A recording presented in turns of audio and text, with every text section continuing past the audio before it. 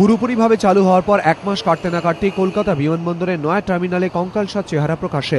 ভাঙা কাঁচ, conveyor belt বিপত্তির পর এবারে নিকাশি বিপর্যয়। পরিস্থিতি এমনই যে নয়া টার্মিনালকে সরাসরি বিপজ্জনক বলে আখ্যা দিলেন তৃণমূল সাংসদ ডেরেক ওব্রায়েন।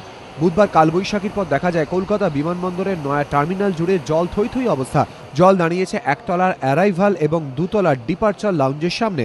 বিমানবন্দর সূত্রে খবর, আন্তর্জাতিক মানের এই টার্মিনালের নাকি ঠিকঠাক নিকাশি ব্যবস্থাই নেই।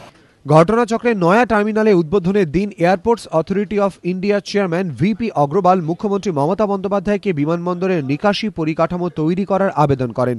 মঞ্চ থেকে মুখ্যমন্ত্রী তাকে আশ্বাস দেন গোটা ব্যাপারটা সৌগত রায় দেখছেন। কিন্তু ব্যবস্থায় যে বিশেষ উন্নতি হয়নি তা বুধবারে কালবৈশাখীর পর কার্যত স্পষ্ট।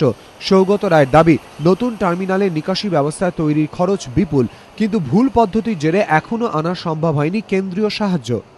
গতবার একটা টোটাল এয়ারপোর্ট ড্রেনেজের জন্য একটা স্কিম কেন্দ্রীয় নগর উন্নয়ন মন্ত্রককে জমা দেওয়া হয়েছিল জওহরলাল নেহেরু মিশনে, কিন্তু সেটা একটা ডিফেক্ট ছিল এই যে জওহরলাল নেহেরু মিশনে টাকা সাধারণত দেওয়া হয় পৌরসভাদের, কিন্তু এটা কোনো পৌরসভার সাথে টাইড আপ ছিল না।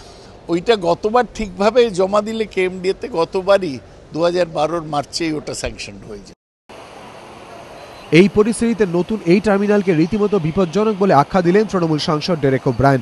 তাঁর দাবি, নতুন টার্মিনালের সমস্যাগুলি নিয়ে 3 সপ্তাহ আগে বিমানমন্ত্রীকে চিঠি পাঠিয়েছিলেন তিনি, যার এখনো উত্তর মেলেনি। ডেঞ্জারাস, কাঁচ টাচ পড়ে যাচ্ছে, লোক মরে যাবে, যদি মরে যায় কি হয়? ওয়ান ইজ দ্য ডেকোরেশন, তারপরে সার্ভিসেস, ক্লিনলিনেস সব। আমি লিস্ট অলরেডি চিঠিতে দিয়েছি, এখন আমি আরেকটা চিঠি দেবো।